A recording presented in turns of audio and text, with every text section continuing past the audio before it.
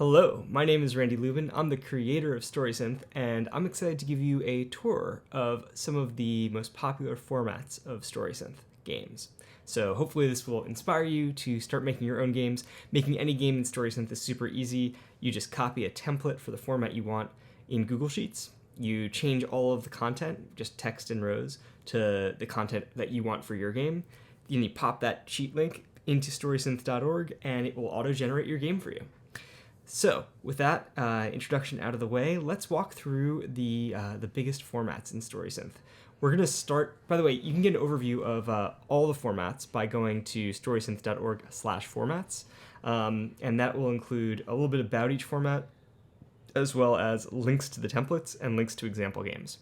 So we're going to start with the shuffled format. This is really the flagship StorySynth format. It's inspired by games like For the Queen and The Quiet Year, and it's all about having a series of prompts that are randomized and given to the players to answer.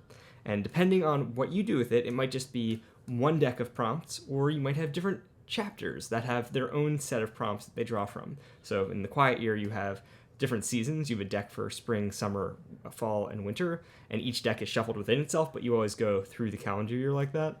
You can easily do that type of thing here. So first example I'll show you is Raised by Mechs by Raf D'Amico.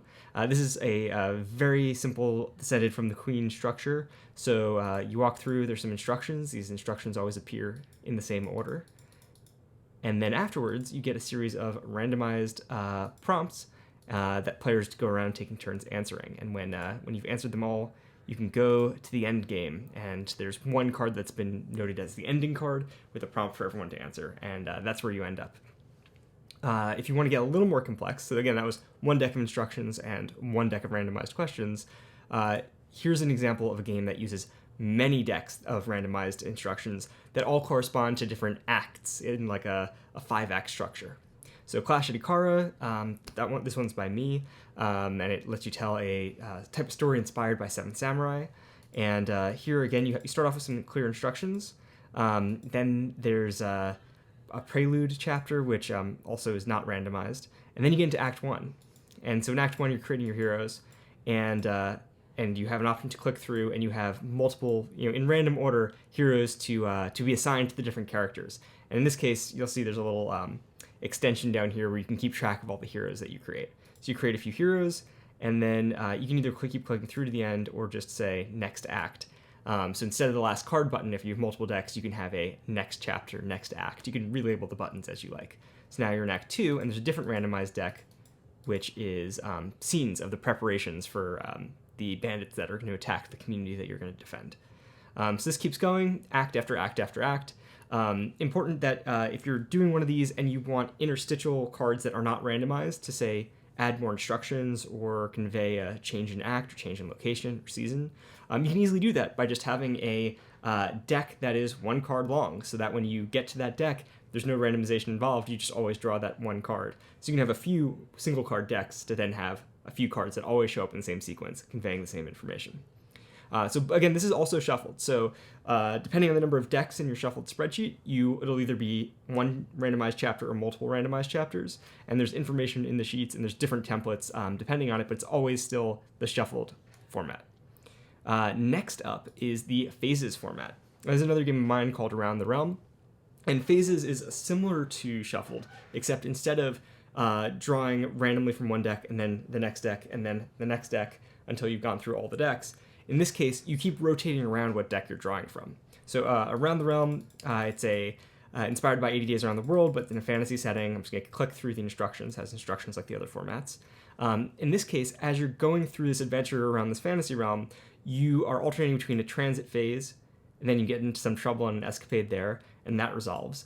And then you reach a settlement, and you have an escapade there, and that resolves.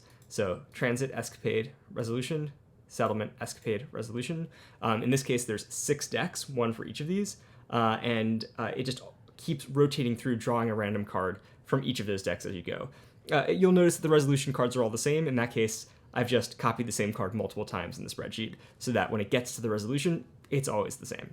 But yeah, you can just super extensible. You can use this for a lot of different types of game design. as long as you know you want to be rotating through the same things in the same order. And like other formats, you can always jump to the ending.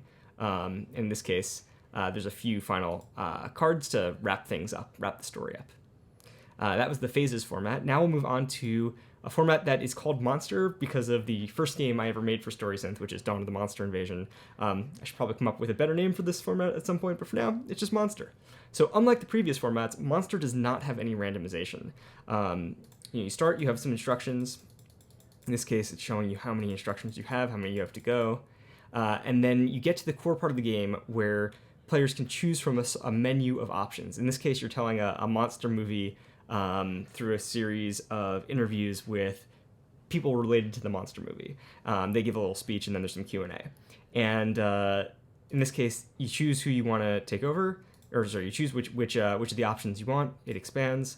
It only expands for the person viewing it, so if other people are on the same page, they're not seeing which one you've expanded. And you can sort of keep clicking through the different rounds. And each round it's not randomized; it's always the same each time. There's information here. So really good if you want to have a curated experience that's the same every time, but that maybe you want different people looking at different information at the same time, or you want to give people a choice of information. The next format, this was Monster format again. The next format we're going to look at is called Slot Machine.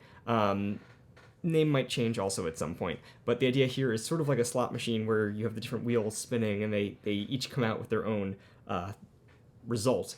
Here, you're going to composite your cards together from multiple different options. So this game is called Post-Work Paradise.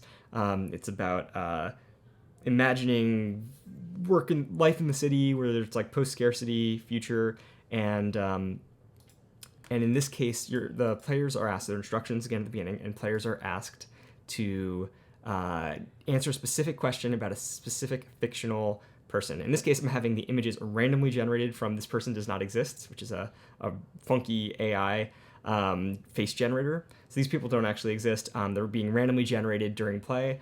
In this case, people have a short bio, so they have a passion, a personality, what type of housing they have, and then there's a prompt for the player to answer. So all five of these are being pulled from different options. So one way to think about this is you're like rolling on random tables, except in this case, you're not going to see content repeated across this. Everything only gets used once. So just to generate another example, another random face plus random passion, personality, housing, and then question.